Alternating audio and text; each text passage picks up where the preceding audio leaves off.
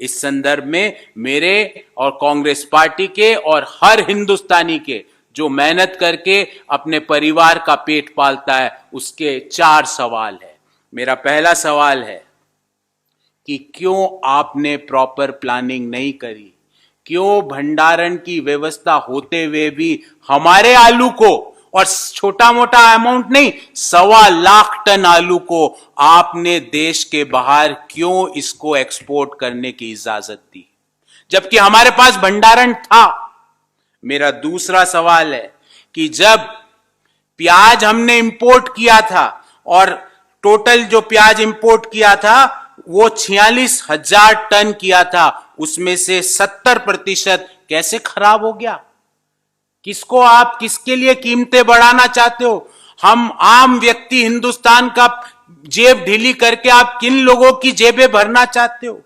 मेरा तीसरा सवाल है कि जब इकोनॉमी अपने लोवेस्ट लेवल पर है, आपको कंजम्पशन बढ़ाने की जरूरत थी इकोनॉमी में।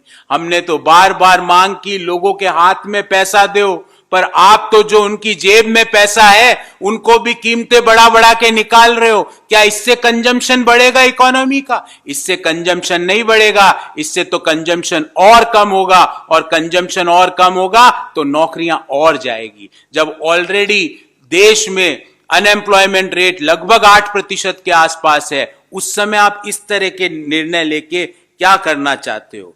और लास्ट सवाल कि जब आप एक तरफ तो कहते हो कि भारत का किसान कहीं भी जाके अपनी उपज कभी भी बेच सकता है, जब उसने भारत के उत्तर प्रदेश के मेहनतकश आलू के किसानों ने जब उत्तर प्रदेश के कोल्ड स्टोरेज में 30 लाख टन आलू रखा और आपने उसको इजाजत दी कि 30 नवंबर तक आप रख सकते हो, उसको क्यों बाध्य किया गया कि 31 अक्टूबर से पहले आप अपना आलू बाहर निकाल लो?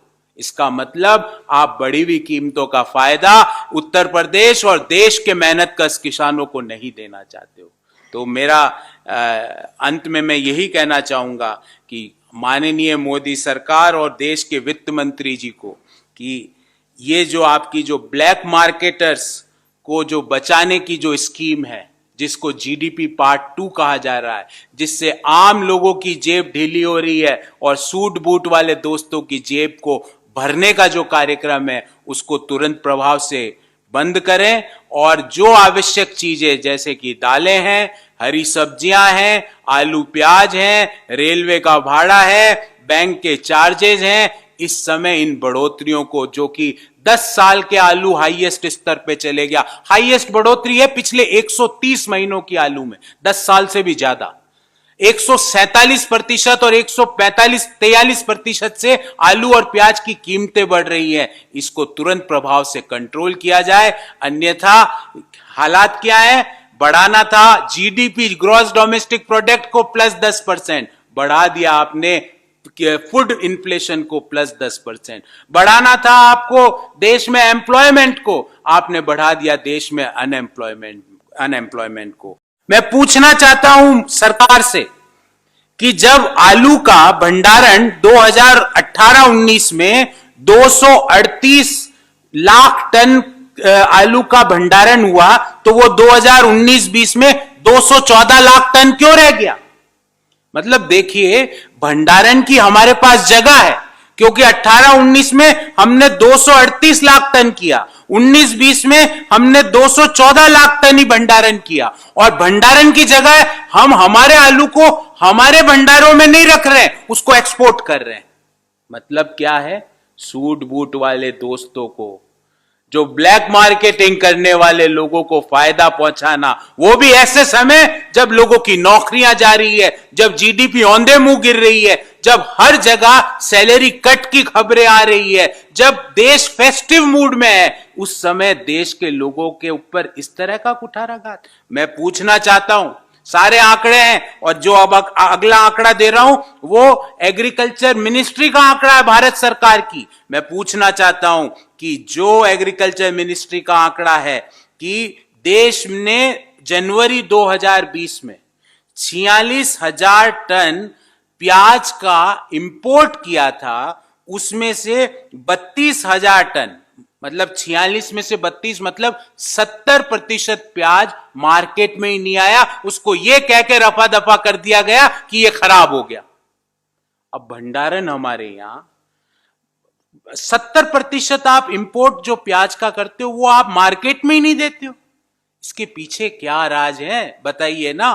जीडीपी पार्ट 2 को क्यों बढ़ाना चाह रहे हो आप, और वो भी इस सीजन में। मैं पूछना चाहता हूं सरकार से कि अभी पिछले महीने ही आपने जबरदस्ती अनडेमोक्रेटिकली बिना संसद में डिस्कस किए फार्म बिल पास किए थे।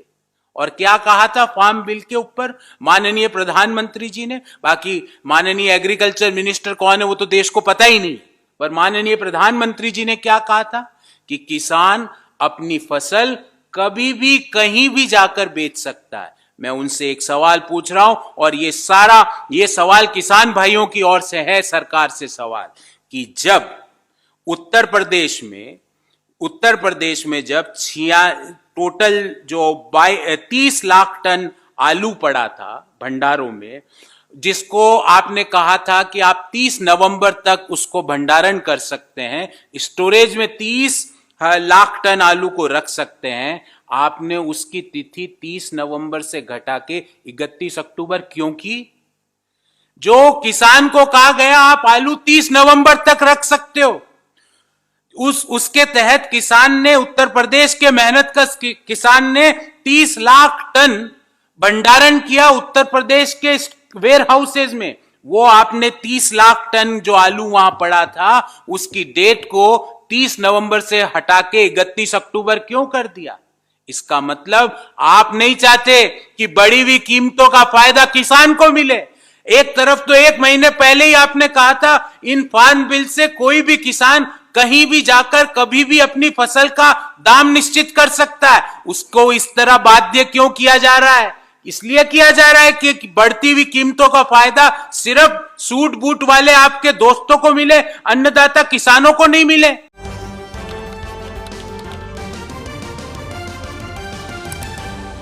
आपकी आवाज